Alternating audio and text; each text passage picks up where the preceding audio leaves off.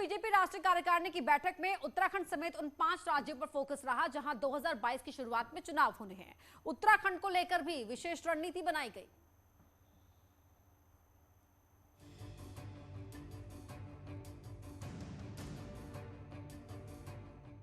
BJP राष्ट्रीय कार्यकारिणी की मीटिंग में उत्तराखंड समेत उन 5 राज्यों पर फोकस रहा जहां 2022 की शुरुआत में चुनाव होने हैं। उत्तराखंड को लेकर भी विशेष रणनीति बनाई गई। दिल्ली में करीब 6 घंटे चली बीजेपी राष्ट्रीय कार्यकारिणी की बैठक में उत्तराखंड के सीएम पुष्कर सिंह धामी, प्रदेश अध्यक्ष मदन कौशिक समेत 13 बड़े नेता वर्चुअली शामिल हुए। पार्टी अध्यक्ष मदन कौशिक ने चुनावी रोड मैप रखा। मीटिंग में तय किया गया कि पार्टी उन 18 सीटों पर विशेष फोकस रखेगी जहां 2017 में उसे हार का मुंह देखना पड़ा था और जिन सीटों पर पार्टी को 5% वोटों से भी कम के अंतर से जीत मिली। प्रवासी वोटर्स पर भी पार्टी का खास ध्यान है। दिल्ली, चंडीगढ़ और महाराष्ट्र में प्रवासियों की ज्यादा संख्या को देखते हुए चुनाव में इन प्रदेशों के पार्टी नेताओं को उत्तराखंड आने का न्योता दिया गया। राज्य के विषय में भी विस्तृत रूप से हम लोगों ने चर्चा की है।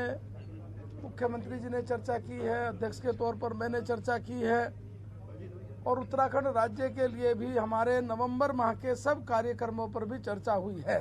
हमने 2017 के आंकड़े उठाए हैं। हमने विधानसभाओं को कैटेगरी में बनाया है। ऐसी विधानसभाएं जो हमने बहुत बड़े मार्जिन से जीती है, जो मीडियम से जीती है, जो कम मार्जिन से जीती है, सारी कैटेगरी बना के हमने अलग भी इस प्रकार कुछ विधानसभाएं चिन्हित करके अलग अलग बाहर से कार्यकर्ताओं को हम जिम्मेदारी देंगे।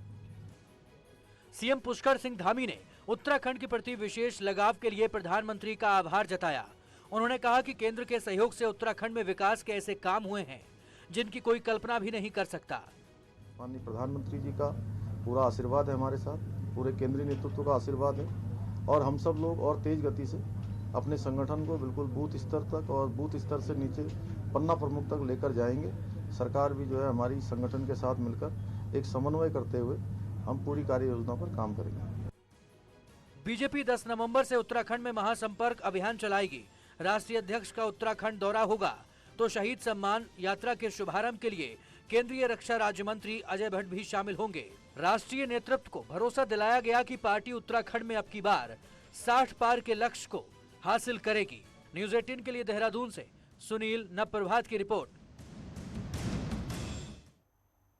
बीजेपी पूरी तरह चुनाव में उतर गई है। अपनी कामयाबी बताते और विपक्ष को घेरने का प्लान तैयार कर लिया है। तो वहीं अखिलेश यादव भी बीजेपी पर हमलावर हैं।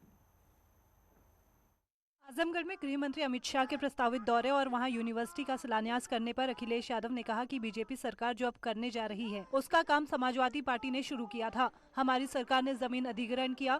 बीजेपी सरकार 4.5 साल बैठी रही। अब चुनाव से पहले आजमगढ़ जा रहे हैं। हमारे पुराने नेता बता सकते हैं कि यूनिवर्सिटी बननी थी जिसका काम रोका और फिर शिलान्यास किया।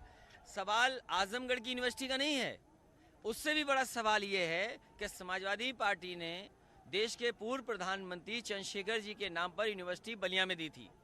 आखिरकार बलिया की यूनिवर्सिटी 4.5 साल में चंद्रशेखर जी की बनके क्यों नहीं तैयार हुई? उसका बजट क्यों रोक दिया?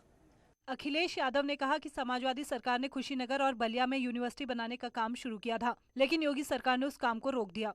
अपने सबसे बड़े नेता अटल बिहारी वाजपेयी जी के नाम पर मेडिकल यूनिवर्सिटी नहीं बना सकती 4.5 साल में। वो आजमगढ़ में समाजवादी धरती पर यूनिवर्सिटी क्यों बना रही होगी? उन्हें तो बहाना चाहिए आजमगढ़ कैसे जाएं।